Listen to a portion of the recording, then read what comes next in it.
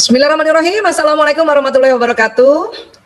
Alhamdulillahirrabbilalamin. Allahumma sholli wa sallim ala sayyidina Muhammad. Bapak, Ibu, Ayah, Bunda, sahabat-sahabat semuanya yang hari ini menyaksikan Ibu Isa, ya. Terima kasih. Hari ini juga kita akan membahas tentang watak, namun mungkin akan jauh lebih detail dibanding sebelum-sebelumnya, ya. Jadi hari ini kita mengenal dan memahami watak anak, ya. Baik, kita mulai, ya. Yes. Oke. Seperti biasa kita akan cerita tentang otak manusia. Ini berkali-kali ya saya akan memberikan ya insight pada siapapun yang lihat bahwa kita akan bicara tentang otak manusia, karena di dalam otak inilah ya ada watak manusia yang memang Allah berikan ke masing-masing manusia, ya. Dan ini dalam surat Al-Isra ayat 84. Bismillahirrahmanirrahim. Qul kullun ya'malu ala syakilatihi farabbukum a'lamu biman huwa ahda sabila, ya.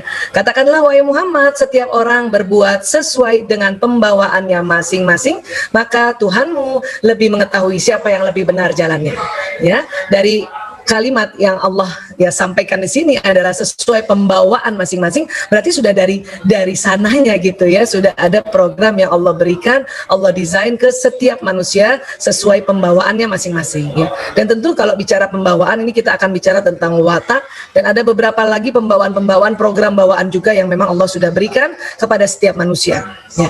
Dan kalau dikatakan dalam ayat ini endingnya adalah maka Tuhanmu lebih mengetahui siapa yang lebih benar jalannya. Artinya setiap watak itu ya hanya Allah yang tahu sebetulnya persisnya apa, ya. Kita atau para ilmuwan itu ya hanya mengobservasi, mensurvei, dan akhirnya ya memberikan sedikit ciri-ciri, ya. Makanya setiap watak kita tidak boleh ya meremehkan watak orang lain. Karena apa? Karena Allah yang paling tahu, ya, dan maha mengetahui, ya. Baik, dan kemudian ya menurut para ahli di abad 18 ditemukan teori genetika bahwa watak itu diturunkan melalui genetik, ya, lewat kromosom, dan di dalam kromosom itu ada ya DNA-nya, ya.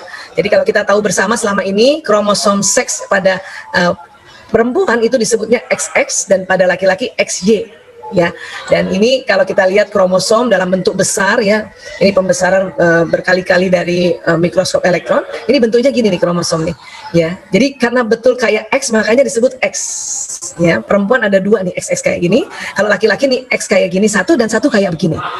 Dan ini nggak tahu nih bentuknya kayak apa. Jadi kata para ahli, karena ini sudah disebut X, ya sudah ini disebut Y aja, ya. Jadi XY. Nah, di dalamnya ini ada tali-tali yang isinya nanti DNA, ya. Disinilah akan dibawa, ya. Salah satunya adalah watak yang diturunkan dari ayah ibu kita beserta leluhurnya yang di atas, ya. Dan di sini juga selain watak tentu ada informasi biologis terhadap turunan kita ini gitu. Informasi tentang bentuk rambut, bentuk wajah, bentuk kulit, sudut mata, hidung, dan meleburlah itu informasi-informasi dari ayah dan ibu, akhirnya jadilah seorang anak, ya.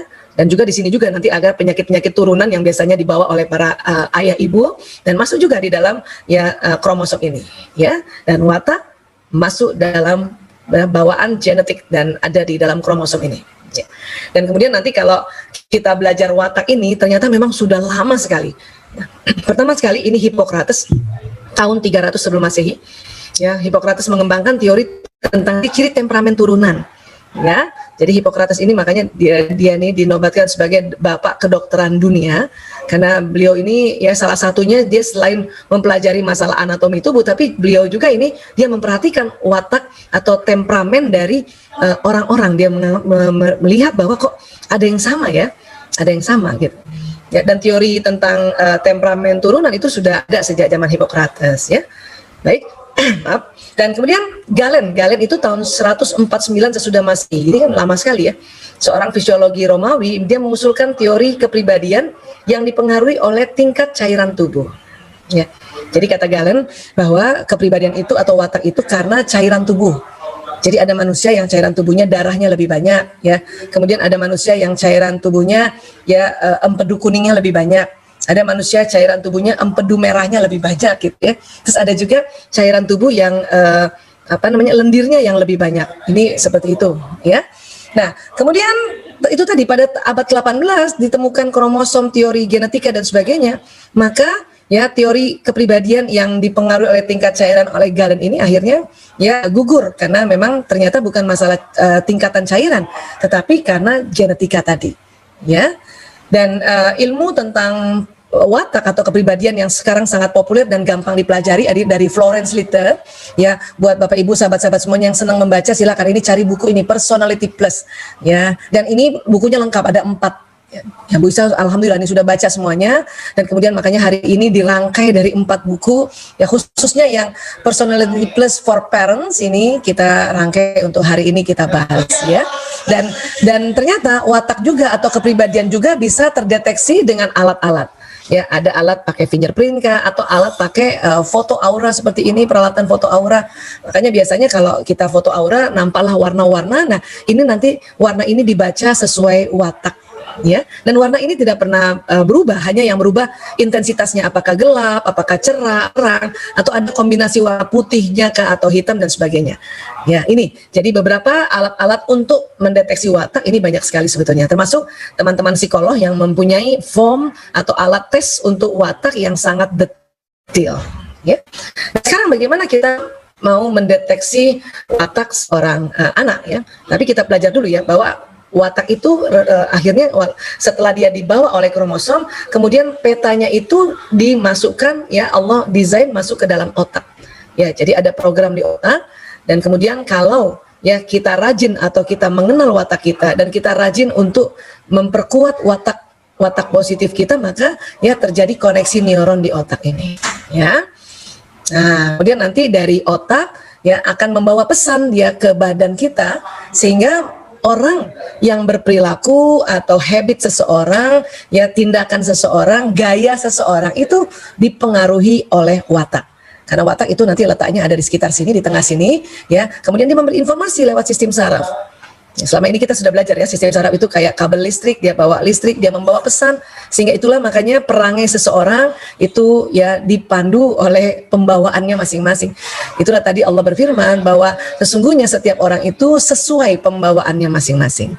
Nanti kalau teman-teman sudah ya sedikit-sedikit belajar watak ini, mulailah kita bisa membaca itu perangai seseorang, ya, sikap seseorang, gaya bicara, ya, gaya duduk, gaya, ya, kita walaupun kita sudah belajar juga untuk gaya duduk yang bagus, yang rapi, tapi tetap masih kelihatan juga dia nanti watak aslinya atau watak dasarnya, ya.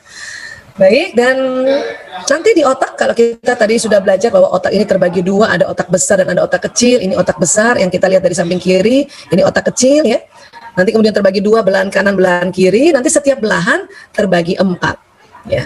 Ini ada lobus frontalis yang bagian depan, kita kasih warna merah. Ada lobus parietalis, ada lobus temporalis yang di atas telinga, dan ada lobus occipitalis, ya. Dan di dalam ini kan kita sudah tahu juga selama ini kita belajar ya bahwa ada neuron, ada sel otak, ya. Ini ada sekitar ya ratusan miliar di sini, 100 miliar sel otak seperti ini. Dan kira-kira neuron atau sel otak atau satu komputer ini, ya, ini namanya komputer, ya. Jadi kalau kita ada 100 miliar berarti kita punya 100 komputer. Maka neuron yang di daerah lobus parietalis ini itu sudah ada data-datanya. Allah sudah memberikan data-data tentang apa? Tentang watak, ya. Adapun nanti setiap orang itu tadi dikatakan bahwa ditemukan bahwa setiap orang itu punya 2 jenis watak dasar. Satu dari turunan ibu, ya, ibu ke leluhur ke atas, ya. Dan satu jenis lagi dari ayah, Dan itu nanti ya bersemayamnya di sini, di lobus parietalis, ya. Nah, kemudian Bu Aisyah, kok saya kalau rasanya ya kalau ngikutin tesnya Bu Aisyah, baik yang di IG Live atau di seminar-seminar biasa, itu kok saya rasanya ada 4-4-nya, ya. Ya, betul, karena kalau kita sudah mulai dewasa seperti ini, rajin belajar juga, ya, rajin ikut majelis taklim, ya, kemudian rajin baca buku, itu nanti terasa bahwa ya 2 watak dasar itu ada di daerah lobus parietalis, dan 2 watak pembelajaran itu nanti ada terekamnya di lobus frontalis ini. Kadang-kadang kita ya dipengaruhi oleh wataknya orang tua kita. Kemudian dipengaruhi juga kalau sudah berpasangan, ya, dan sudah lama berpasangan, pengaruh wataknya pasangan hidup akan masuk terekam memorinya di sini. Jadi kita seolah-olah ada 4 gitu, ya. Namun sebetulnya ada dua watak dasar yang sangat kuat dan sangat ya menghujam, kalau bahasanya itu bersemayam di dalam lobus parietalis, dan itu yang penting kita pelajari untuk kita mengenali sehingga kita bisa membentuk karakter, ya. Jadi watak sama karakter berbeda ya. Watak itu adalah program dasar bawaan, karakter itu dibentuk dari program dasar itu, dibuat sebikian baik, semakin baik ya, dengan cara apa? Prinsip-prinsip ya, nasihat-nasihat atau apapun yang kita pelajari itu kita masukkan di dalam otak yang di depan. Ya, dan dia nanti berinteraksi sini, berinteraksi. Jadi ada kadang orang wataknya sama tapi ilmunya beda itu. Ya, ada orang watak yang sama tapi ada yang satu rajin belajar, satu ya malas belajar, maka interaksi antara ilmu yang di lobus frontalis dengan parietalis itu nanti berbeda. Ya, berbeda. Tapi tetap dia nuansa wataknya sama. Baik, kemudian di dalam surat Asy-Syam ya, Asy-Syam ayat 8 dan 9, ya, bismillahirrahmanirrahim, fa'alhamaha wujuraha wa taqwaha. Maka Allah mengilhamkan kepada jiwa itu jalan kefasikan dan ketakwaannya. Ya, qad aflaha man zakkaha, ya. Sesungguhnya beruntunglah orang yang mensucikan jiwa itu. Jiwa ini sering oleh para ilmuwan neuroscience ya merujuk pada program yang ada di otak. Jadi kalau difirmankan di Asy-Syam ayat 8 ini bahwa Allah mengilhamkan jiwa atau program jiwa itu berarti di otak, jalan kefasikan dan ketakwaannya. Ya.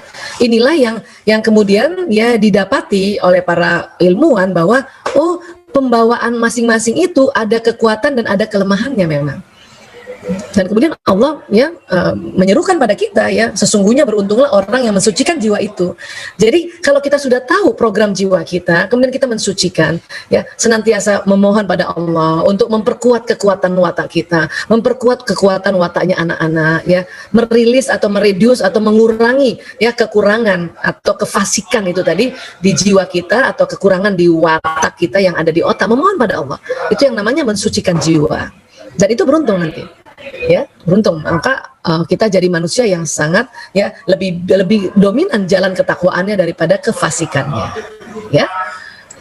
Baik, sekarang gimana ya Bu Esa ya untuk tahu watak anak kita? Nah, sebetulnya yang paling bagus itu adalah memperhatikan. Ya, harus jeli tadi melihat kebiasaan-kebiasaan dia. Ya. Namun kalau Bunda nggak sempet atau kayak wah udah telat Bu Esa, kan banyak yang kayak gitu ya. Sebetulnya bukan belum sudah telat. Kita memang perlu memperhatikan lagi dengan jeli mereka punya kebiasaan. Kenapa? Karena watak itu akan ada terus sampai dia tua tuh ada. Ya. Nah, cuman kalau nanti mau gampang, yang kuis cepat ini yang gue bisa selalu bagikan sharing di mana saja ya, di seminar tentang watak kah, di IG Live kah, di mana saja ya. Ada teknik cepat ya. Jadi kita bilang sama anak-anak, nah, ya seandainya kita mau bikin teater ya, Bunda ada 4 pilihan. Kamu mau pilih yang mana? Ya. Umur berapa Bu Isa bisa kasih tahu watak ini ya? Umur yang sudah bisa ngomong atau sudah ngerti lah apa sih teater. Kadang-kadang anak dikasih jelasin teater itu apa sih? Teater itu sandiwara. Sandiwara itu apa sih? Sandiwara itu drama. Ya, jadi ada sebuah pementasan, orang-orang berperan yang ada di panggung, terus nanti ada yang nonton. Nah, itu udah teater nah gitu. Atau anak sekarang mungkin lebih ngerti nonton film. Nggak apa-apa, itu juga bisa ya dibikin analoginya kayak gitu. Ya. Terus kita kasih tahu anak, kamu mau pilih apa nak? Ya, mau jadi penonton, mau jadi penulis skenario, mau jadi sutradara, atau mau jadi artisnya? Tanya sama anak. Kadang anak penonton ngerti itu dia. Oh, aku ngerti kalau penonton. Yang nonton kan? Iya. Bunda penulis skenario apa? Nah, bilang saja, jelaskan saja. Yang menulis ceritanya nak. Ditulis ceritanya, detil, ditulis gitu. Oh gitu, kata anak-anak kan. Kalau sutradara, ya sutradara yang mengatur orang untuk berperan, ya mengatur adegannya. Sutradara mengatur. Sampai kan gitu, sutradara mengatur. Ya. Kalau artis apa artis? Misalnya anak-anak tanya gitu ya. Artis itu yang main di panggungnya atau main di filmnya. Ya. Nah, itu coba kasih tahu anak-anak kayak gini. Biasanya karena anak-anak masih murni dan watak aslinya masih jelas di otaknya itu, maka dia akan spontan memilih. Ya, spontan memilih. Ya. Jadi kalau kita punya anak dan kita kasih tahu ya, terus dia langsung, aku mau jadi penonton aja Bunda. Ya sudah. Ya. Nggak usah dipaksa Bun, masa jadi penonton sih, nggak enak lo penonton kan gitu ya. Teater kalau nggak ada yang nonton mah nggak enak. Makanya kalau jadi pilih penonton berarti kan ya, oh memang hasratnya dia mau pilih penonton ya. penulis skenario ke sutradara atau artis. Oke. Kemudian kita tunggu mana pilihan pertama dia itu. Ya. Oke, Nak. Ya, kamu udah pilih pertama apa tadi? Ibunda, aku mau jadi penonton. Oke. Bagus kok. Penonton bagus karena kan yang teater ini dibikin kan untuk yang ditonton ya, untuk penonton ini. Raja nih penonton. Oke. Oke, ya. Kalau sudah anak memilih satu di antara 4 ini, tanya lagi. Ya, Nak, watak itu ternyata 2 jenisnya. Satu turunan ayah, satu turunan genetik dari ibunda. Ya. Sekarang tadi udah pilih 1 dari 4. Ada 3 sekarang lagi sisanya, pilih 1 lagi. Ya. Jadi artinya pilih 2 di antara 4 pilihan ini. Tapi bukan di awal kita ngasih tahu.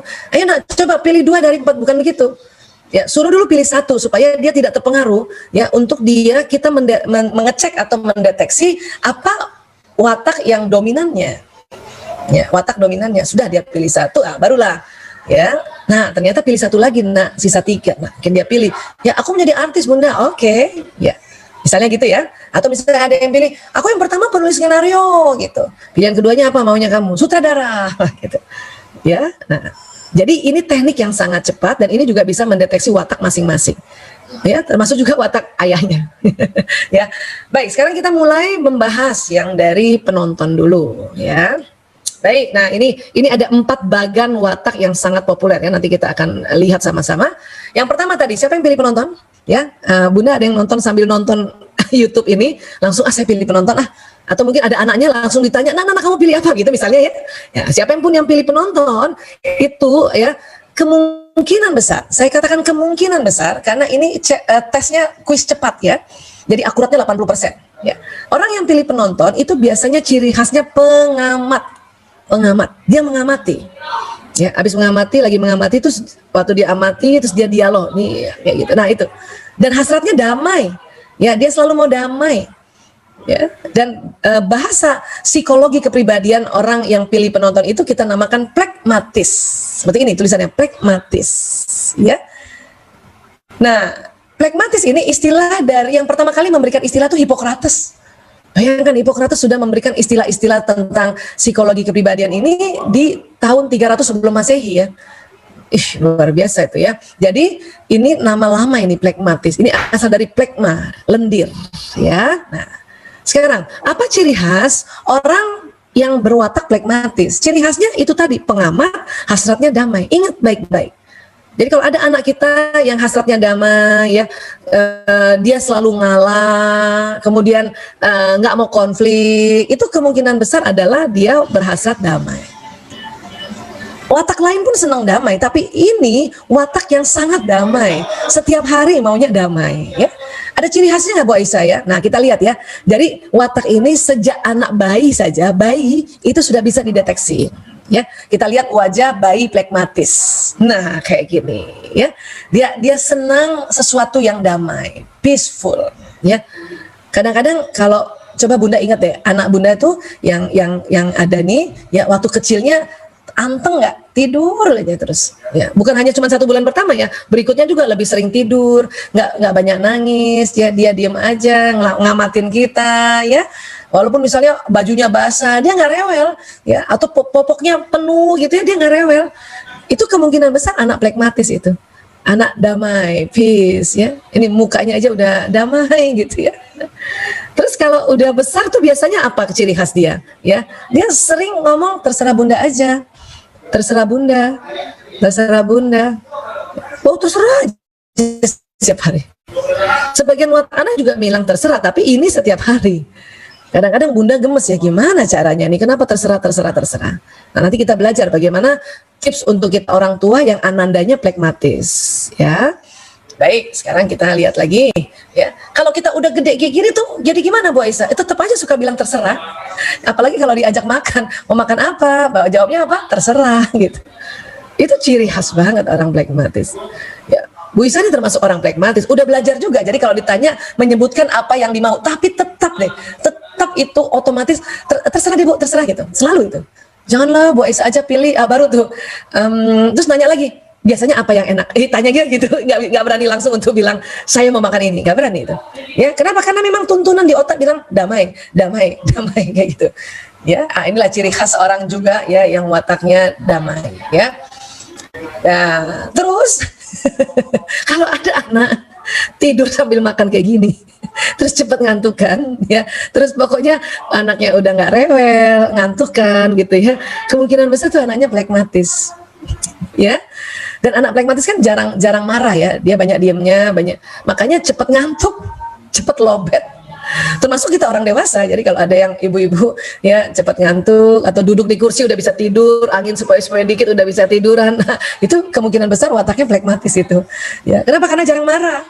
Jadi ya banyak nahan, akhirnya baterai di badannya tuh cepat lobet makanya ya, jadi dia ngantukan. Ya. Kayak gini, saya kalau waktu ada anak saya yang flekmatis itu pas lagi kayak gini dia tidur, saya senyum-senyum aja, kasihan. Tapi nggak usah dikagetin, nggak usah apa ya, mending tampung dia supaya tidurnya nggak jatuh atau makanannya nggak jatuh. Ya.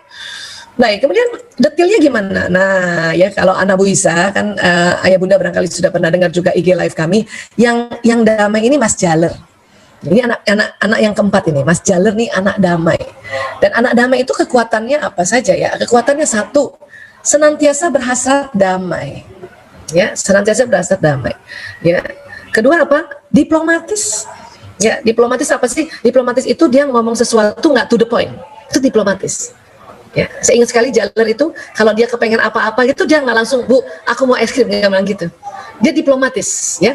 Ibu kalau siang gini, kalau kita minum yang dingin enak kali ya, itu diplomatis.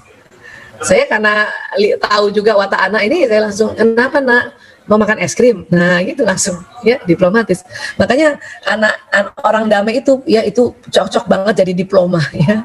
Terus apalagi kekuatannya tenang dan praktis. Pokoknya cari yang gampang, cara mudah. Ya dia tenang aja. Jalan tuh tenang, ya. Apalagi waktu kecil nih, ya. Nah, apalagi kekuatannya plekmatis ya, senang dengan pekerjaan rutin. Jadi kalau anak plekmatis itu kalau udah dikasih tahu caranya, begini caranya ya, nah dia udah jago dan dia akan menekuni pekerjaan yang rutin tadi, yang monoton ya. Kemudian apalagi kekuatannya dapat diandalkan karena dia orang yang kuat mengerjakan pekerjaan rutin, jadi dapat diandalkan. Makanya kalau punya anak, asal ibu udah ajarin misalnya dia ibu misalnya suruh dia untuk yang bagian ya isi botol air minum di kulkas misalnya gitu ya, kemudian ibu ajarkan ya, karena anak plekmatis harus diajarkan bagaimana caranya. Ini anak, ini botolnya kalau sudah bersih ya ambil air dulu karena ini botolnya besar misalnya gitu ya, ambil air aja dulu di gelas baru nanti dimasukin satu persatu ya, nah diajarin nggak aja. Dia coba satu kali dan berhasil, dia senang pasti. Besok lagi berhasil, tambah senang lagi. Dan kalau disuruh itu terus, nah setiap hari bikin begini ya, itu dapat diandalkan. Karena senang pekerjaan yang rutin. Tentu asal dikasih tahu caranya. Ya, nah, apalagi kekuatan anak damai, mengerjakan sesuatu dengan rileks dan cari cara mudah. Jadi rileks dia memang, santai aja, santai ya. Wisa juga gitu. Pokoknya kalau cari sesuatu cari cara mudah. Kalau diajarin matematika sama guru, saya cari gimana cara mudahnya nih, ya. Kalau ada pelajaran-pelajaran yang susah, saya cari gimana cara mudahnya untuk dihafal ini, gimana cara. Nah itu. Dan memang rileks. Orang damai itu rileks, ya. Rileks, nggak mau tegang, nggak mau terburu-buru. Nah itu sebuah kekuatan, ya. Baik, kemudian, ya. Apalagi kekuatan, banyak juga ya kekuatan plekmatis ya. Menghindari konflik, ini juga sesuatu kekuatan ya. Jadi anak damai itu kadang-kadang ya kalau ada orang berantem, dia cuma lihat dari jauh, habis itu udah ya kita menghindar aja deh gitu. Ya. Dan memang kadang suka humoris tapi kadang garing. Ya, Bu Isa kan suka humoris ya, tapi kadang garing ya. Jalur juga begitu tuh, garing. Tapi memang begitu. Ya, ini juga sebuah kekuatan untuk dia ngobrol sama orang-orang ya. Terus apalagi ya, suka mengerjakan sesuatu hal dalam satu waktu. Jadi kalau satu selesai baru dia mengerjakan lagi yang selesai, yang lainnya gitu. Jadi nggak suka yang terlalu banyak kerjaan ya. Apalagi laki-laki. Karena laki-laki dia tidak multitasking. Laki-laki itu ya kita tahu ya teori corpus callosum di otak itu ya itu dia lebih tipis sehingga laki-laki sudahlah laki-laki dia plekmatis satu aja. Jadi kalau dia lagi mengerjakan satu pekerjaan, bunda suruh yang lain itu agak sulit buat anak laki-laki yang plekmatis. Oke? Nah, baik.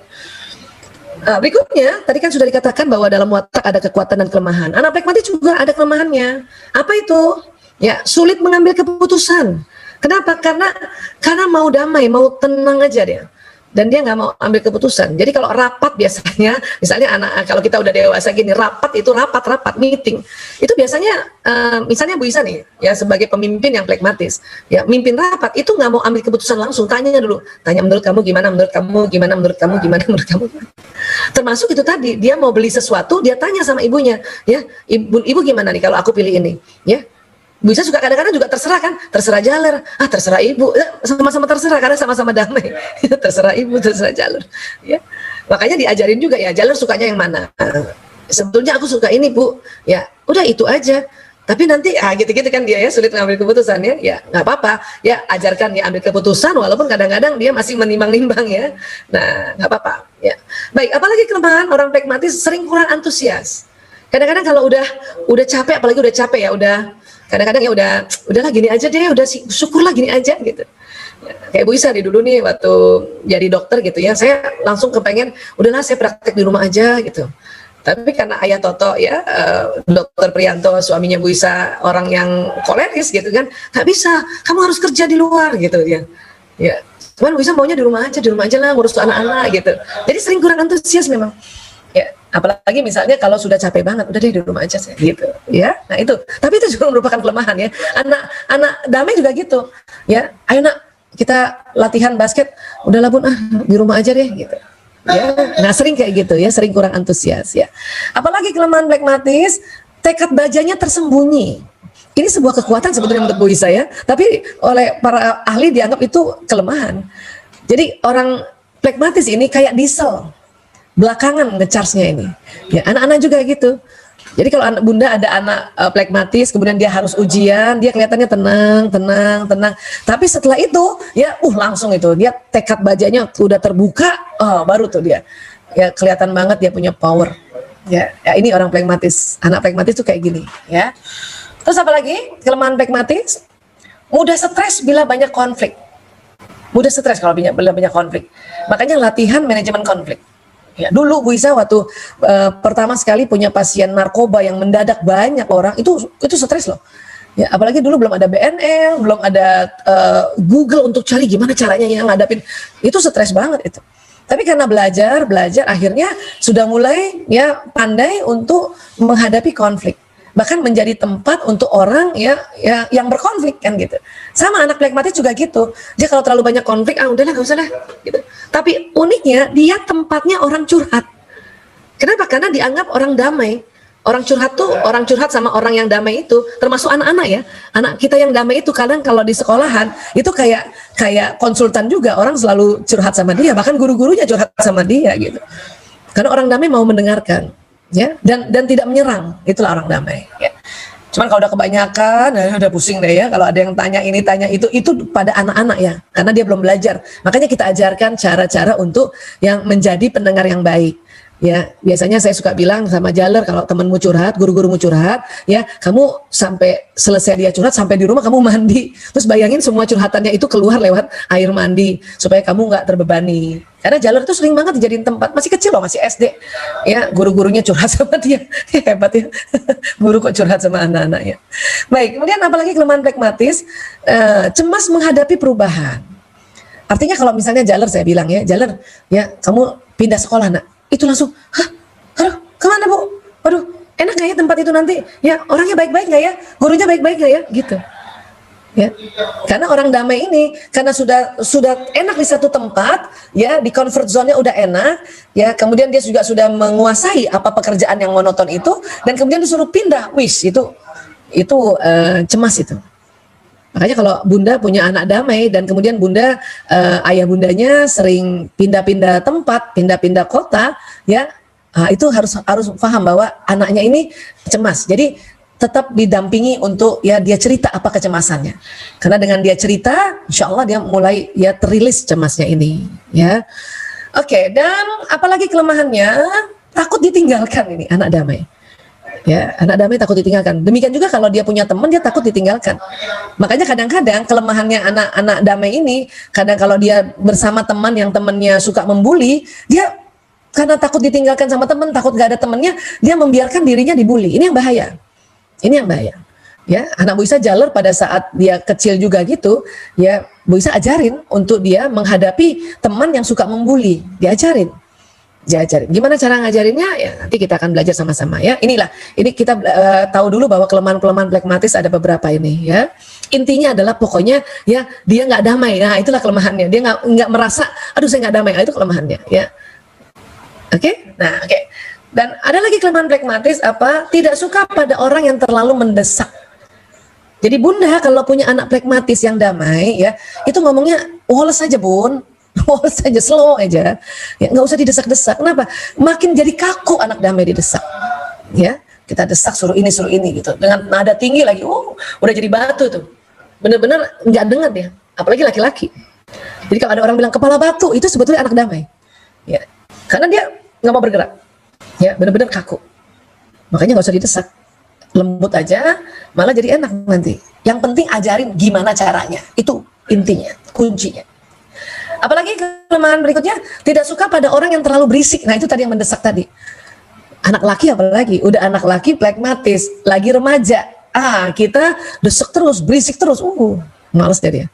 Ya, dia udah tegang duluan lihat ngadapin orang tuanya, ngadapin bundanya. Dalam hati, apalagi nih gue mau disuruh nih. Begitu ya anak damai ya. Baik, kemudian apalagi? Tidak suka pada orang yang terlalu banyak berharap kepadanya. Jadi anak damai ini kan dia anaknya termasuk anak yang tekun gitu ya. Tapi kalau dia tahu bahwa orang berharap pada dia, itu langsung, aduh saya nggak bisa nih, aduh saya gitu, kayak gitu jadinya. Atau mungkin dia misalnya ditunjuk di dalam sebuah organisasi ya, saya minta kamu jadi ketua ya karena kami percaya sama kamu. Itu cemas itu. Ya aduh banyak banget orang berharap sama saya. Ini anak damai. Makanya kalau kita punya harapan pada dia, nggak usah terlalu dibesar-besarkan bahwa kamu nanti ya bunda berharap, kamu nanti yang jagain bunda, kamu jadi itu dia malah panik gitu. Makanya kalau kita punya anak damai, ada harapan ya sudah tenang-tenang aja. Kita juga ikut tenang, ikut damai menghadapi dia. Ya, ini kelemahan anak damai. Ya. Kemudian senang kepada apa? Senang kepada orang yang mau mengambil keputusan untuk dirinya. Ya, jadi si anak damai ini makanya kenapa dia sedikit-sedikit terserah bunda gitu ya. Kenapa? Karena dia senang ada yang ambil keputusan. Ya, makan juga gitu. Jalan mau makan apa? Terserah ibu. Ya, ibu masakin ayam ya. Iya bu. Dia senang gitu ambil keputusan. Tapi ya tentunya kita ajar sedikit. Saya katakan ajar sedikit untuk ya tanya sama dia. Jalan ini mau masak ayam nih, ayam goreng atau ayam bakar. Terserah ibu, jalan maunya yang mana? Ayo ayam goreng atau ayam bakar. Terserah ibu, jalan maunya yang mana? Tanya lagi. Aku ayam bakar aja deh. Gitu. Atau kadang dia tanya, mana yang lebih gampang bu? Ayam bakar atau ayam goreng? Ya semuanya gampang nak. Pokoknya kalau kita bilang menjamin bahwa semuanya gampang, dia nggak merasa tidak bersalah loh. Maksudnya nggak menekan orang tua gitu. Jadi kan anak damai itu nggak nyuka nyuruh. Makanya dia, iya bu. Yang ayam bakar aja deh, aku suka sebetulnya. Oke. Ya sekali-sekali kasih tahu caranya kayak gitu. Ya. Kemudian apalagi dia senang pada orang yang apa? Mau mengakui kekuatan wataknya.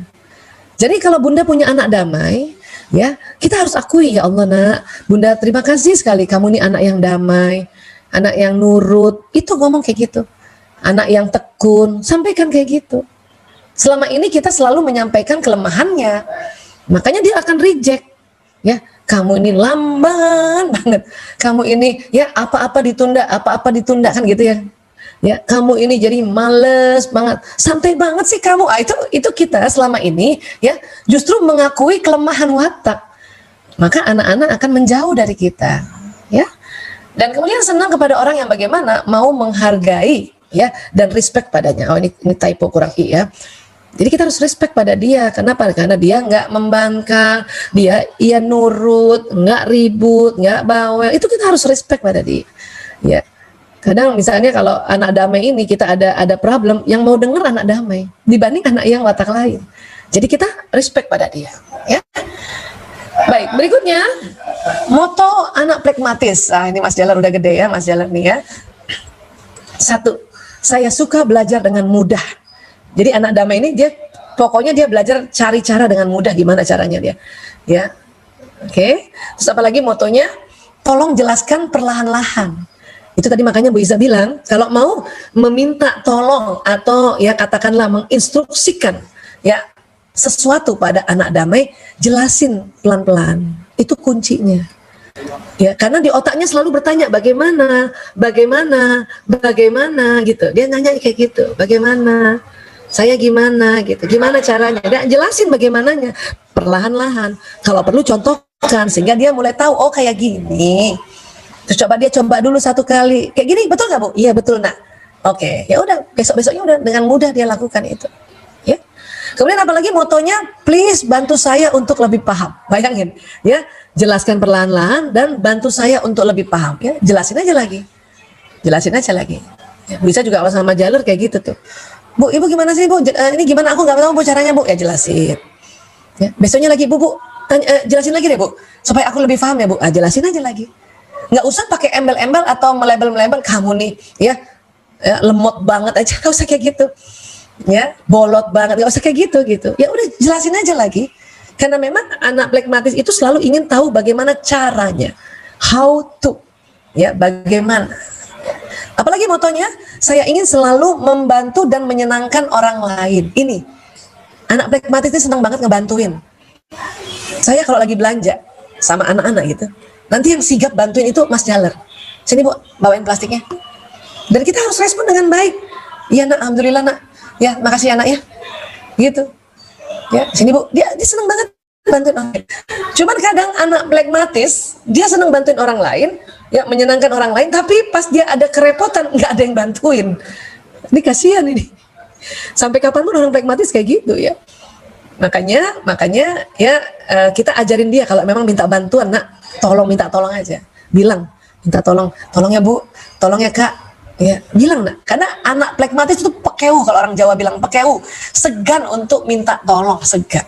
Ya, makanya Bunda juga kalau punya anak plekmatis harus juga ya sadar diri. Oh, ini anak saya orang plekmatis, dia selalu nggak minta tolong, pasti bisa jadi dia minta pertolongan gitu. Ya, kita tawarin, ibu tolong ya nak. Nggak usah Bu, iyalah ibu tolong, ya iya deh Bu, gitu. Ya, itu anak plekmatis ya. Dan kemudian tips untuk orang tua gimana? Ajari untuk memiliki tujuan dan target. Jadi ajarin pelan-pelan ya, ajarin, karena anak plekmatis nggak pernah mikir tujuan, pokoknya gimana aja, pokoknya saya kerjain aja, ya, ajarin ya. Kemudian ajari untuk bergerak lebih cepat sedikit ya. Ayo nak, dipercepat nak, kalimatnya gitu, dipercepat nak, ayo lebih cepat nak gitu. Ajari untuk mengerjakan sesuatu lebih banyak, karena biasanya dia mau satu aja ya, karena udah keenakan, udah santai, udah Bu ini aja deh, ayo nak kita kerjain yang sesuatu yang lainnya, ayo nak yuk, tapi soles saja, santai aja ngomongnya. Dan ajari untuk menangani masalahnya sendiri ya. Bu, ada teman aku Bu ya, dia selalu ambil sepatu aku gitu, kata Jalar kecil waktu itu. Nah, terus nak, kamu gimana? Tanya dulu, kamu gimana? Aku diam aja Bu ya, nggak enak soalnya. Oh gitu ya. Terus saya tanya, terus kamu waktu nggak enak perasaan kamu apa? Saya tanya perasaan karena saya sudah belajar tentang memahami emosi anak ya. Aku takut Bu. Oh gitu. Nah, kalau nanti kamu takut, nah kita ajarin ya, sepatunya nggak diambil terus pulang pakai apa? Aku pakai sendal aja Bu, kan ada sendal yang untuk wudhu pas sholat. Ya Allah, itu dengar itu sedih banget loh. Hah? Ya, tapi itu tadi, kita tidak langsung membantunya, tapi mencoba cari tahu apa sih pola pikir dia. Ya, terus kita juga nggak bisa, nah kalau gitu lapor sama Bu Guru. Nggak bisa, nggak enak Bu, kan dia baru satu kali ambil sepatu aku. Nah itu. Oh, jadi Bu Isa waktu saat itu ngerti tuh. Oh, kalau baru satu kali, anak plekmatis itu cepat memaafkan. Gini nak, ibu ajarin ya, ibu kamu catat ya. Catat ada berapa anak yang seneng gangguin kamu. Terus berapa kali dia gangguin kamu. Misalnya si A, ya waktu ambil sepatu kan satu kali, kamu catat, oh satu kali kamu masih maafkan. Besoknya mungkin dia ambil misalnya tempat pensil kamu, oh berarti 2 kali si A ini, oh berarti udah 2 kali, pasti kamu maafin kan? Iya Bu, soalnya nggak enak Bu, kesian Bu. Tapi kalau sudah 3 kali si A orang yang sama, ya dia membuli kamu, ya kamu sudah boleh atau sudah sah melapor pada guru. Nah gitu, diajarinnya kayak gitu. Ya, jadi sekali lagi bahwa anak damai ini kita ajari menangani masalahnya sendiri, tapi ya perlahan-lahan, step by step. Nah mulai disitulah dia mulai mengerti.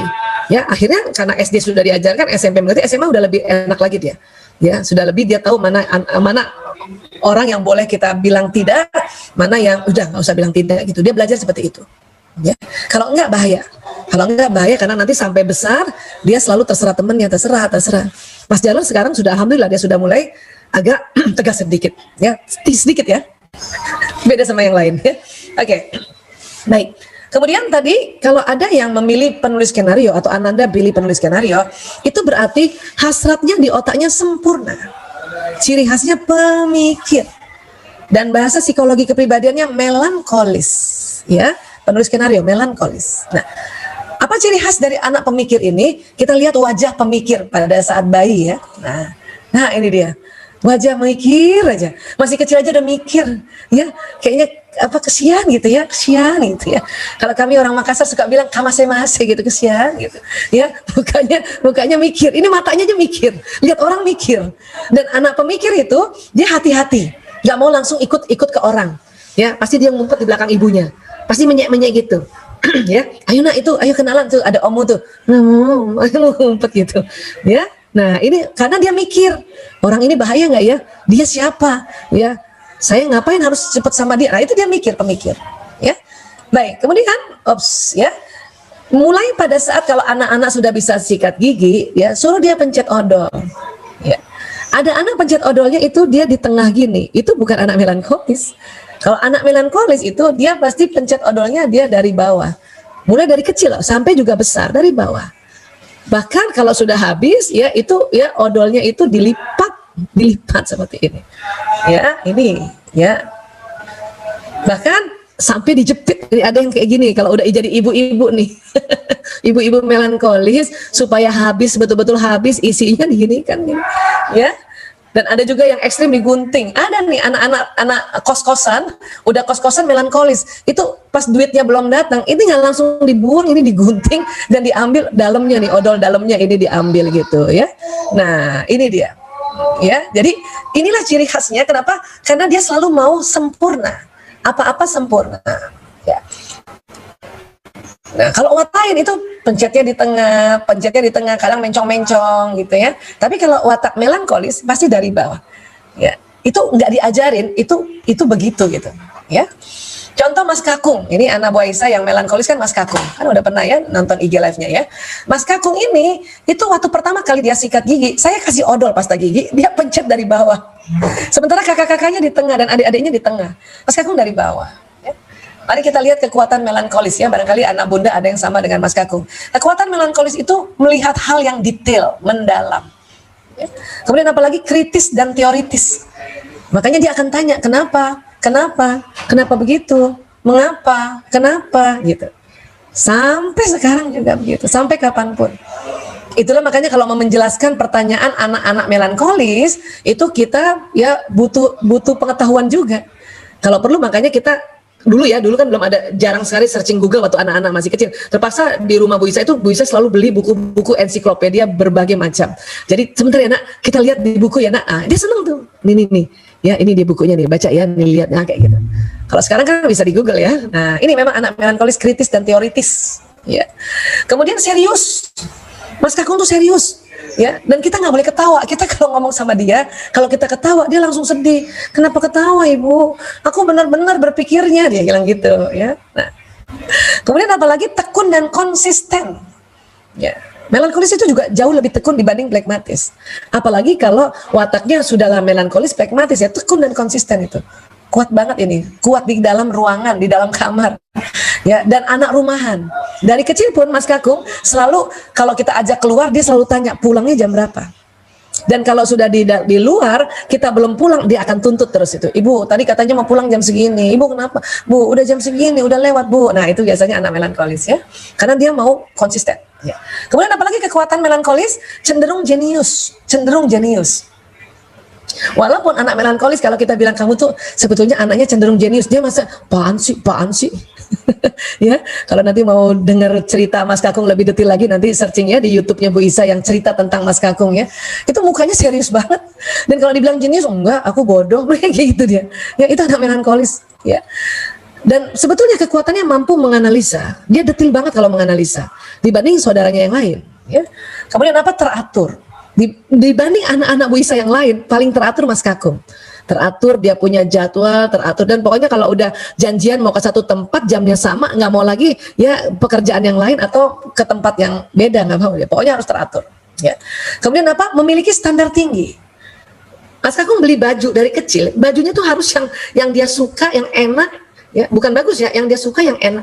Dan kalau dia gambarnya suka yang satu, itu bolak-balik dikasih itu lagi. Baru selesai dicuci, dia tanya lagi, ibu baju aku Spiderman mana? Lah baru dicuci nak, ya ditungguin loh. Makanya kadang kita beli baju yang sama dua, kenapa? Buat ganti-gantian, pakai cuci kayak gitu ya. Nah kemudian apalagi kekuatannya berbakat ya. Anak Bu Isa, Kakunglah yang berbakat, mulai dari berbakat visual spasialnya jelas ya, dia menggambar ya, menggambar apapun gitu. Kemudian bakat apa? Dia bakat musikalisnya juga jelas. Semua alat musik yang dia pelajari autodidak ya. Kemudian dia berbakat menulis. Yang lain nggak menulis, dia menulis, bahkan sekarang lagi ikut ya kelas menulisnya Raditya Dika gitu. Karena memang berbakat dan dia detail dan mengerjakan tuh benar-benar sungguh-sungguh. Ya. Itu berbakat ya, anak yang Bunda yang punya anak melankolis itu coba deh perhatikan bakatnya ya. Kemudian apalagi rapi. Dibanding anak yang lain dia paling rapi. Pakai baju juga rapi, ya. Rapi. Pokoknya ada sedikit yang nggak bener di badannya, dia udah langsung tahu, Bu, aku kayaknya kayak nggak enak nih kayak gini. Dari kecil. Ya. Kemudian apalagi sensitif dan peka. Ini makanya dia cepat tersinggung nih. Kalau dia ngomong serius, terus Bu Isa sambil ketawa, tersinggung banget gitu. Dia peka banget, sensitif banget. Ya.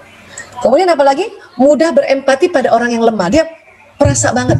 Dia kasihan. Kalau kita lagi jalan-jalan ada pengemis, yang duluan nengok ke pengemis itu Mas Kakung. Mas Kakung. Dibanding yang lain mah depan aja. Ya, Mas Kakung sama satu lagi Mas Jaler. Ya, karena sama-sama anak yang introvert ya, dia lihat. Nanti dia liatin, nggak ngomong, dua-duanya nggak ngomong bahwa Bu ada pengemis kita kasih uang misalnya, atau kita kasih apa kayak gitu. Nggak ngomong, dia liatin aja, liatin ibunya, lihat. Makanya harus peka nih orang tua yang anaknya melankolis. Kenapa nak? Kita kasih uang? Ya mau? Nah gitu. Baru deh. Ya. Nah ini. Kemudian apalagi ya, tentu ada kelemahannya ya. Kelemahan melankolis apa? Mudah stres jika hidup dan standar tidak terpenuhi. Stres tuh. Jadi kalau orang tua yang anaknya melankolis, terus kita tidak punya keteraturan dalam hidup, stres anak itu. Ya. Bu, kita mau pergi jam berapa? Udah deh terserah Bunda aja, pokoknya kamu ikut aja, itu stres loh. Nungguin Bunda mau pergi aja stres. Bolak-balik. Makanya yang jelas kalau punya anak melankolis, Bu, kita mau berangkat jam berapa? Ya nak, antara jam 4 sampai jam 5 sore. Udah kasih aja range kayak gitu. Ada nungguin. Ya. Tapi itu jauh lebih baik daripada pokoknya nanti terserah aja deh, pokoknya siap aja deh. Nggak suka dia, nggak suka. Ya.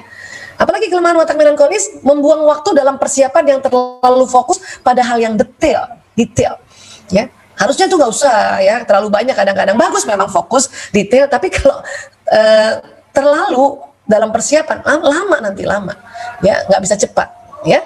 Kemudian apalagi kelemahannya, terlalu sering mengingat hal yang negatif dan mudah curiga terhadap orang lain. Kenapa anak melankolis begitu? Karena hati-hati ya. Dan kalau ada sesuatu yang bikin dia sedih, itu dia ingat banget. Kenapa dia ingat? Karena pemikir, apa-apa dipikirin, jadi ingat. Sambungan neuronnya jadi berulang, jadi dia ingat. Mudah curiga terhadap orang lain karena mau hati-hati, takut salah. Orang melankolis kayak gini. Makanya kenapa padahal itu ketemu saudara atau yang deket lah ya, walaupun jarang ketemu, itu dia akan mundur sebentar. Sampai besar pun akan gitu. Masuk ke satu tempat, dia nggak mau langsung berbau, dia diam dulu sebentar, lihat kanan kiri dulu. Nah baru ya, itu mungkin dengan udah Bismillahirrahmanirrahim gitu ya. Apalagi kelemahannya, pendiam, pemurung, kurang bersosialisasi, dan mudah sedih jika orang lain tidak terpenuhi dan tampaknya tak seorang pun peduli. Ya, orang lain tidak terpenuhi kebutuhannya ya. Misalnya dia kan pendiam ya, diam itu sebetulnya dia mikir, dan karena serius orangnya, jadi kelihatannya pemurung. Nah, karena dia orang rumahan, makanya sering anak melankolis kurang bersosialisasi. Makanya ibu suka mikir kan, aduh dia ada temennya nggak ya? Sebetulnya ada Bun, tenang aja. Tapi memang anak melankolis temennya tidak sebanyak watak yang lain. Ya, cuman dia akrab. Walaupun cuma 1-2 temannya itu sangat akrab. Ya, dan dia mudah sedih kenapa kalau orang lain tidak terpenuhi kebutuhannya. Ya, kayak Kakung gitu ya. Kalau misalnya Jaler sesuatu bendanya rusak dulu, misalnya pulpennya rusak sehingga Jaler nggak bisa nulis. Yang sedih tuh Kakung. Sedih Kakung. Dia nanti bisik sama ibu.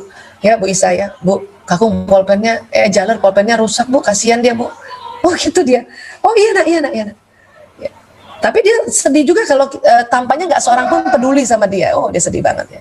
Kan peka ya tadi ya. Nah ini kelemahan watak melankolis ya. Kemudian watak melankolis senang kepada siapa? Pada orang yang serius. Makanya Bu Isa kalau ngomong sama kakung kecil itu harus serius mukanya. Sampai sekarang. Kadang nggak tahan juga. Ya. Terus dia senang juga kepada orang apa? Yang intelektual mendalam.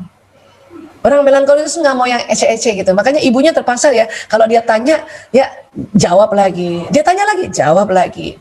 Tapi nggak usah kita bohong bahwa kita ngerti dan udahlah, pokoknya Bunda ngerti lah, udahlah Bunda, dia nggak suka kayak gitu. Kalau bilang nggak ngerti, bilang Bunda belum ngerti nak, ya Ibu belum ngerti nak. Nanti kita cari sama-sama ya, itu jauh lebih baik. Ya. Dan orang yang berdiskusi dengan logis, ada alasannya, ada faktanya, ya, ada buktinya. Nah ini, kalau punya anak melankolis, cerita sama mereka harus ada buktinya. Ya gambar kah, ya data-data kah, ya harus ada faktanya. Ada fotonya, nah gitu, ya. Kemudian apa lagi? Watak melankolis tidak senang kepada siapa? Orang yang pelupa dan lambat. Oh, males banget ya. Apalagi orang yang tidak teratur. Ya, pernah dia satu kamar sama Jaler. Jaler kan pragmatis, yang bukan pragmatis melankolis, tapi dia pragmatis sanguis, kan tidak teratur. Dia udah, aduh ibu, ya. Atau bahkan waktu kecil, Jaler makan, kadang-kadang Jaler makan ada nasinya keluar dari sini itu, nanti kakung yang langsung marah, dia langsung, ih jorok banget sih, ibu, ya dia pasti ngadu kan, Jaler nih nasinya kemana-mana gitu. Ya, karena memang orang melankolis nggak senang sama orang yang tidak teratur. Ya. Kemudian nggak senang sama orang yang berbohong. Makanya tadi Bu Isa bilang kan, kalau Bunda nggak tahu, bilang nggak tahu. Bunda belum tahu nak, Bu Isa belum tahu nak. Nanti kita cari tahu ya, itu lebih plong daripada kita bohongi dia. Ya, terus tidak senang juga pada orang yang nggak jelas, ya, karena dia kan orang serius. Ya, dia ngelawak aja, ngelucu aja serius ini. Makanya orang melankolis yang suka ngelucu itulah ya stand up comedy. Itu lelucu ada orang melankolis. Kenapa? Apa-apa ditulis dulu. Mau ngelucu ditulis, ada beatnya tuh. Ya. Nah, makanya kalau orang yang nggak jelas ngomongnya dari A pindah ke B, pindah ke Z, itu orang melankolis nggak suka. Termasuk anak-anak. Baik. Nah, ini kakung ya, Masya Allah. Ya. Moto watak melankolis adalah saya suka belajar dengan cara yang benar. Yang benar. Makanya kakung itu kalau belajar harus di meja belajarnya. Itu cara benar. Dia baca buku, nggak mau loncat di belakangnya. Buka satu lembar dari depan. Jaler, saya suka belajar dengan cara yang gampang, yang mudah. Dia kadang-kadang ya ada di bawah, ada di ruang tamu, kadang-kadang ada di kebun, suka dia belajar, ya. Dan Jaler tidak seperti kakung harus dari lembar per lembar, ya. Jaler dia paling suka baca rangkuman. Dan itu pun belajar, ya tenang aja Bunda. Ya. Dan kemudian saya suka belajar dengan fakta dan angka. Tadi Bu Isa sudah bilang, ya makanya dia mana faktanya, mana angkanya. Kakung, tadi ada kecelakaan. Mana buktinya, Bu? Ini Ibu ada foto. Dia bisa.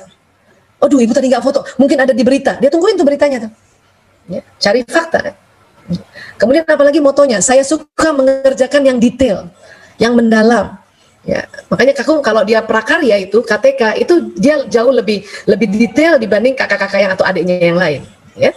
Dan apalagi saya ingin orang berterus terang pada saya. Jadi dia kalau kita nggak tahu kita bilang Ibu nggak tahu nak. Itu dia seneng banget, ya udah aku yang kasih tahu ya, karena dia lebih tahu. Kadang-kadang dia nguji, ya ngetes sama kita nih, ya. Oke, ini moto watak melankolis. Sekarang, ya tips buat orang tua. Nah ini Bu Isa sama Mas Kakung ya. Kakung kecil itu dulu, ya nggak mau sama orang lain, pokoknya sama ibu aja.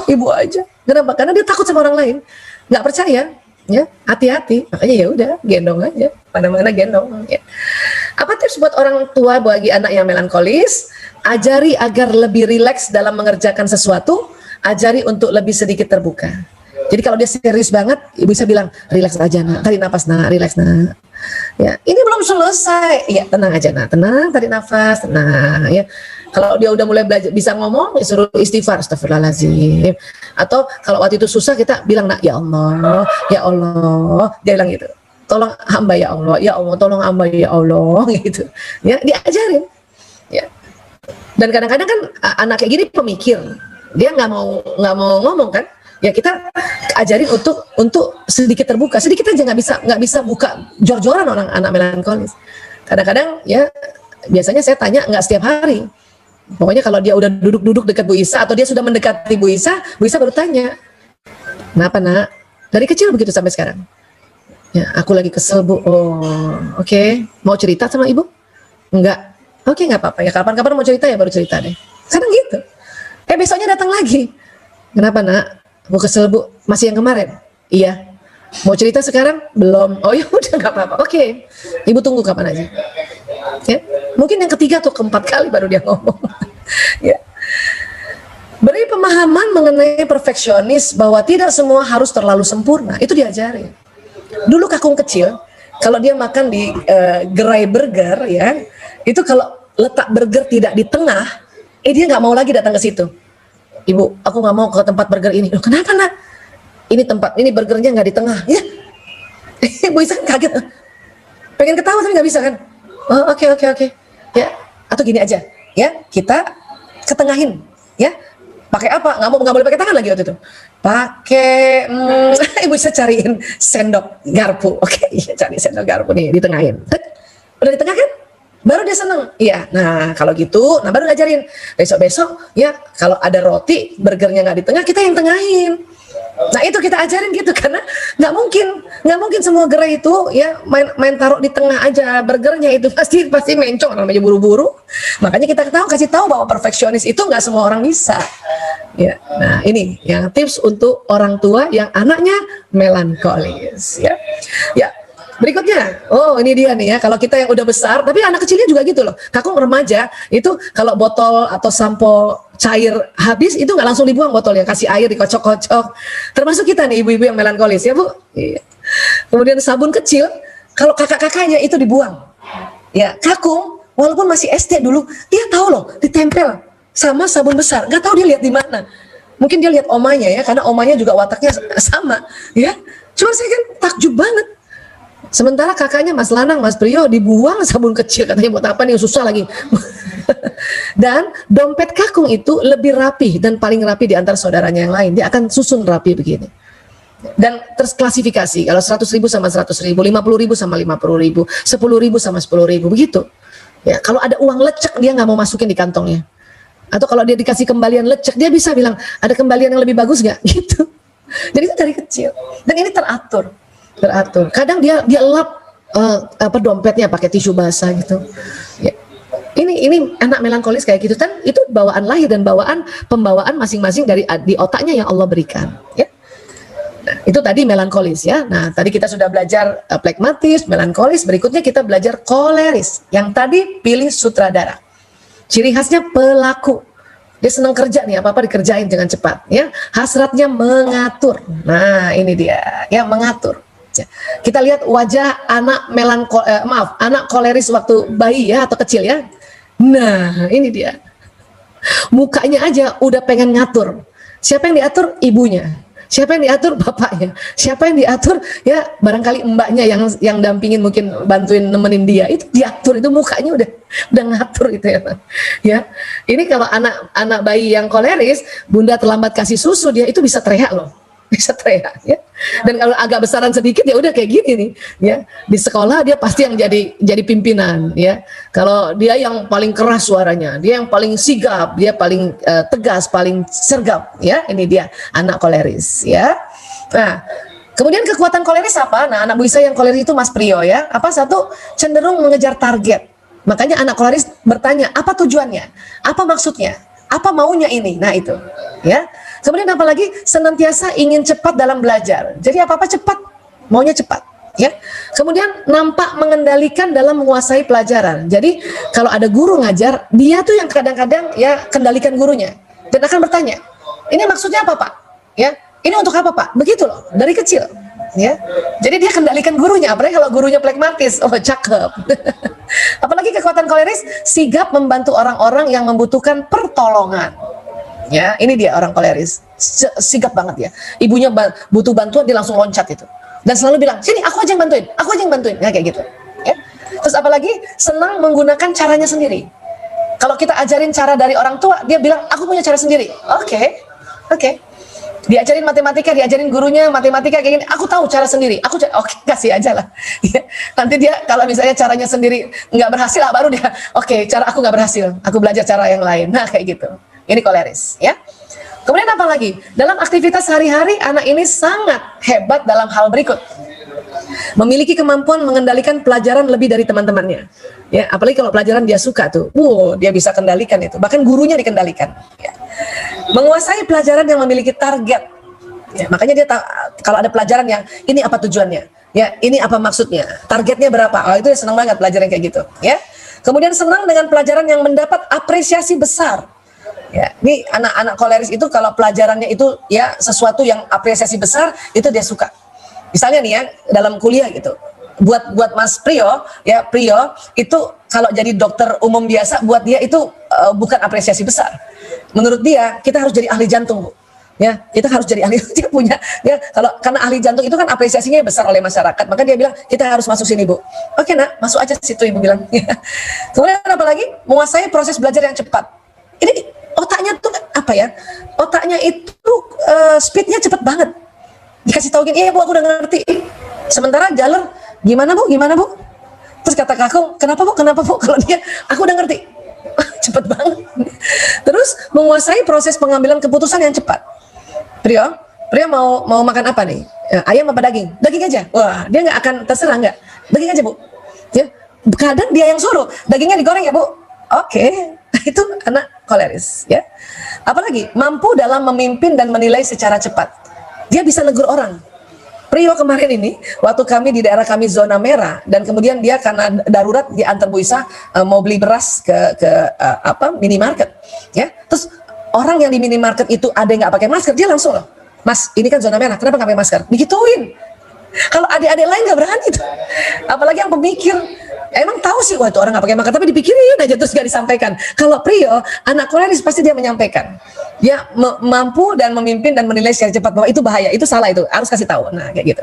Ya. Baik, kemudian kelemahannya apa? Tetap ada kelemahannya. Bersikap seperti bos, dominan, otokratis, tidak sabar, tidak suka memberi pengakuan pada orang lain. Ini koleris banget ini. Makanya nanti kita akan bantu dia supaya kekuatannya nggak berlebihan. Karena kekuatan yang berlebihan jadi kelemahan, ya. Nah, apalagi mudah tertekan jika hidup tidak terkendali dan orang tidak melakukan sesuai caranya. Pokoknya apa-apa maunya dia, pokoknya, ya. Kemudian apalagi suka bekerja dengan orang yang mendukung, mengalah dan mengikuti caranya, atau membiarkan yang mendapat nama dia. Senang banget nih kalau ada orang yang mendukung, ada orang yang, jadi orang koleris senang banget kalau ketemu orang pragmatis, ya, dan disuruh kerja dan ngikutin cara orang koleris. Dan nanti kalau bagus kerjaannya, bahwa yang menang, yang dapat nama koleris, yang pragmatisnya, ya, tenang-tenang aja orang pragmatis. Orang pragmatis bodoh amat lah, gua mah tenang aja, damai aja, lo aja yang dapat nama. Ada yang kayak gitu orang pragmatis, ya. Baik, kemudian apalagi kelemahannya? Dalam bekerja lebih produktif, mempunyai jiwa kepemimpinan dan naluri yang kuat. Jika stres maka akan mengalihkannya dengan kesibukan dan mencari siapa yang salah. Ini kelemahan koleris. Karena emang senang kerja, tapi kalau stres, ya jadi terlalu sibuk, maka nama ininya dia lari ke kesibukan, dan pasti aja ada yang salah, marahin orang yang salah gitu. Ya, ini kelemahan watak koleris, ya. Motonya apa watak koleris, ya? Ini Mas Priyo, ya. Motonya apa? Saya senang belajar dengan cara saya sendiri. Jadi Priyo sampai sekarang kalau dia belajar itu ada caranya sendiri. Dan yang cuma tahu dia cuma dia yang tahu. Yang penting kalau Bu Isa, yang penting kamu ujian lulus, ya, nilainya di atas rata-rata, itu Bu Isa, ya, karena orang damai Bu Isa, ya. Kemudian apalagi pelajaran ini tentang apa dan apa tujuannya, kata orang koleris, ya. Kemudian langsung pada masalah, jangan bertele-tele. Saya aja yang ngatur. Nah itu orang koleris, to the point. Ya, kalau dia dijelasin terlalu lebar dia nggak mau. Point to the point. Ini apa tujuannya, gitu, ya. Kemudian apalagi saya ingin membantu mengajar Bapak Ibu guru. Dia senang banget bantuin Bapak Ibu guru. Ya, kalau dia lihat temennya, ada yang nggak ngerti nggak? Ada yang nggak ngerti? Masih kecil kayak gitu loh. Aku nggak ngerti Priyo, sini aku ngajarin. Dia seneng banget. Ya. Dan tips untuk orang tua yang anaknya koleris, ya, ini satu, ajari bersabar. Karena aduh selalu mau cepet banget ini. Udah cepet, tegas, keras, ya. Kemudian apalagi ajari untuk tidak memaksakan kehendak. Ya. Kemudian apalagi ajari cara mengendalikan diri agar tidak cepat-cepat dalam belajar. Karena mau cepat. Kadang tulisan Priyo tuh, anak Bu Isa Priyo ini kalau nulis nggak kebaca. Walaupun sebetulnya dia kerjain PR, kerjain tugas selesai juga. Bahkan dia nggak pernah ada PR, nggak pernah ada pekerjaan rumah. Tugasnya dikerjakan di sekolah hari itu juga, beres. Tapi cepat-cepat, makanya tulisannya nggak kebaca, gurunya nggak bisa baca. Dapat 0 juga karena nggak bisa kebaca tulisannya. Aduh ya Allah. Apalagi beri apresiasi langsung atas apa yang dikerjakan atau prestasinya, ya. Jadi kalau dia mengerjakan sesuatu dan misalnya dia ya apa istilahnya ya, bantuin kita gitu ya. Karena Prioni waktu kecil tuh, aduh dompet ibu ketinggalan, sini aja aku yang ambilin bu, ya. Dia sikap tuh ambil, itu langsung, aduh terima kasih ya nak, wih kamu kayak pahlawan. Nah, memujinya kayak gitu, kamu kayak pahlawan. Tapi kalau anak damai jaler dia bantuin ibu ya, itu mujinya bukan kamu kayak pahlawan, dia nggak terlalu suka. Ih kamu ini ya, anak yang ya damai banget dan langsung tahu ibu butuh bantuan. Nah, jadi kita muji anak itu berdasarkan dia punya hasrat, ya. Baik, berikutnya ya, tadi kita udah belajar tentang flegmatis, melankolis, dan koleris. Terakhir satu lagi ya, watak apa? Sanguinis, artis, ciri khasnya pembicara, hasratnya gembira, ya. Ini kalau bayi sanguinis kayak gini ya bun, suka ketawa dan gampang ikut sama orang lain. Itu dia bayi sanguinis, ya, lucu banget deh. Ya, cuman itu bahayanya kalau ada orang nggak dikenal dia ikutan, bahaya. Ini bayi sanguinis. Ya. Kalau udah agak besar dikit, itu seneng main, seneng ketawa, suaranya besar, ya, dan agak-agak berantakan gitu. Karena apa? Karena terlalu banyak ide, mau spontan gitu, ya. Terus ini dia, ini Mas Lanang kecil ini ya, suka kegiatan spontan.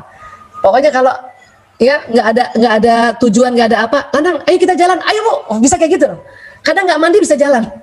Kakung yang melankolis nggak bisa digituin, minimal dikasih tahu 2 hari sebelumnya. Ibu kok kasih tahu sekarang sih, itu kakung. Kalau Lanang, oke bu, ayo sekarang bu. Kadang nggak pakai mandi diikut jalan itu. Spontan ya. Senantiasa terlihat hebat dalam pelajaran yang memerlukan interaksi dengan teman atau orang lain. Makanya kalau ada pelajaran yang nanti harus ngomong dan kemudian bisa berinteraksi dengan orang lain depan kelas, itu anak sanguinis, aku aja yang maju gitu. Termasuk Lanang itu. Ya. Terus mengemukakan pendapatnya di depan kelas atau di depan teman-teman dengan penuh gairah. Jadi kalau punya anak sanguinis, dia akan menceritakan sesuatu di depan kelas itu dengan sangat gairah dan asik gitu. Dan anehnya teman-teman yang ngikutin gitu. Kadang-kadang dia suka ngebanyol, dia suka cerita yang nggak ada kaitannya sebetulnya, nggak ada hubungannya, tapi jadi lucu aja karena bergairah ya. Kemudian memiliki perhatian lebih di antara teman-temannya. Ya, ini anak kekuatan sanguinis ya. Dia ini mengundang perhatian orang.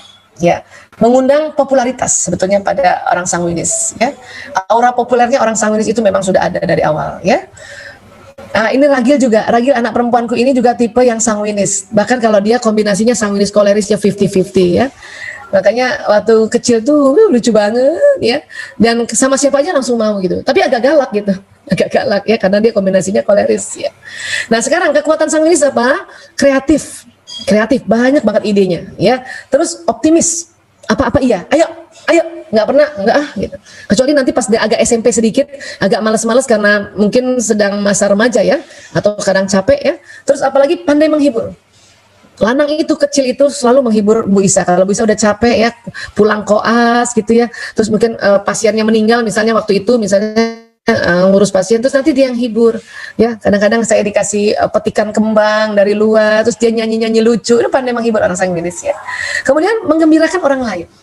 Makanya anak sanguinis itu ditunggu-tunggu kalau ada acara keluarga. Ditunggu-tunggu, kenapa? Dia menggembirakan orang lain. Walaupun ngebanyol aja, asal ngebanyol, kadang asal bunyi aja. Tapi inilah kekuatan orang sanguinis ya. Kekurangannya apa kekurangan sanguinis ya? Oh, tidak suka sesuatu yang rumit dan detail. Pokoknya kalau udah rumit detail, udah sangat teoritis, udah ya nggak usah deh. Aku dikasih tahu aja di kesimpulannya katanya gitu. Ya.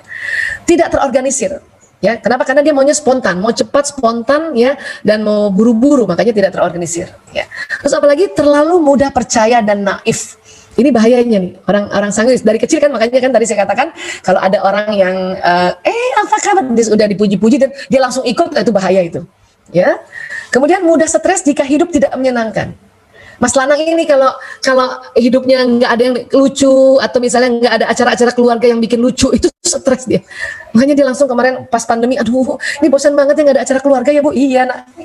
Terus apalagi bosan dengan hidup teratur dan terjadwal.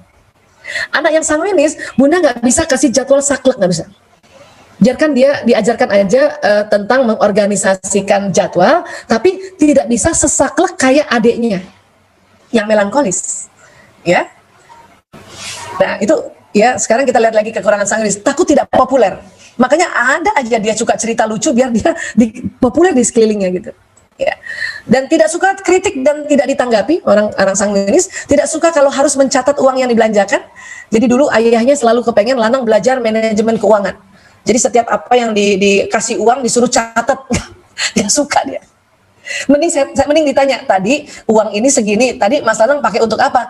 Ya, dia akan bilang segini untuk ini, segini untuk ini, segini untuk ini. Oke. Kita yang catat. Kenapa? Karena memang dia bukan tugasnya untuk mencatat, tapi dia omongin harus ada yang catetin gitu.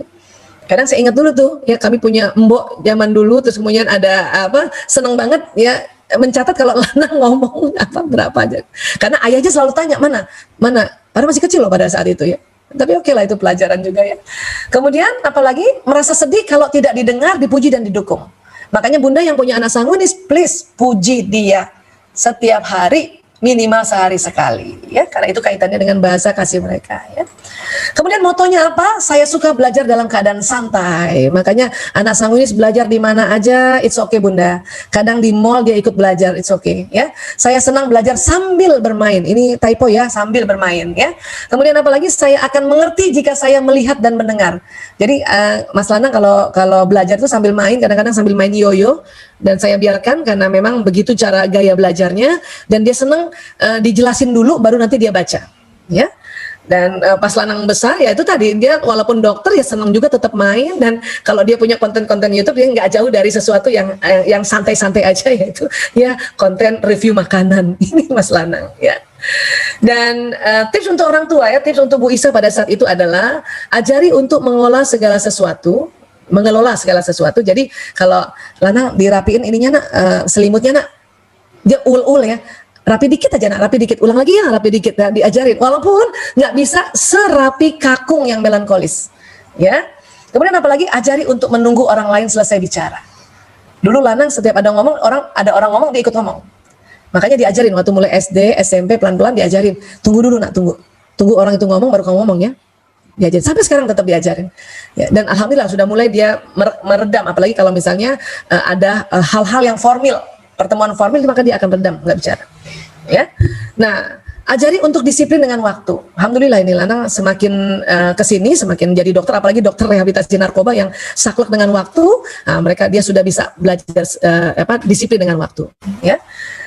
Dan ya inilah watak-watak yang selama ini kita rasakan, kita pelajari. Kemarin juga di IG Live sudah kita bahas, tapi ini lebih detailnya lagi untuk kita bisa tahu bahwa oh, ada tips ya untuk orang tua ya. Dan ingat, watak setiap anak itu dia akan bervariasi dua, makanya kita akan melihat lagi mana kombinasi anak kita, dan gabungkan tadi kekuatan kelemahan satu jenis watak dengan watak yang lain ya, dan gabungkan lagi yang kekurangan watak yang satu dengan watak yang lain, dan gabungkan lagi tipsnya untuk orang tua untuk gabungan watak dari anak-anak yang lain ya.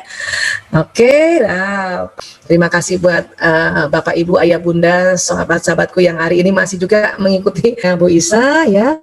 Dan alhamdulillah ya.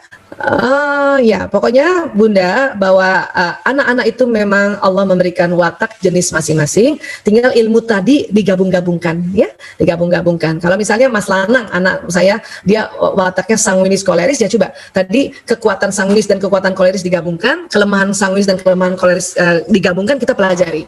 Ya, moto sanguinis dan moto koleris digabungkan, dan kemudian tips untuk orang tua yang sanguinis dan koleris digabungkan. Nah, begitu cara belajar.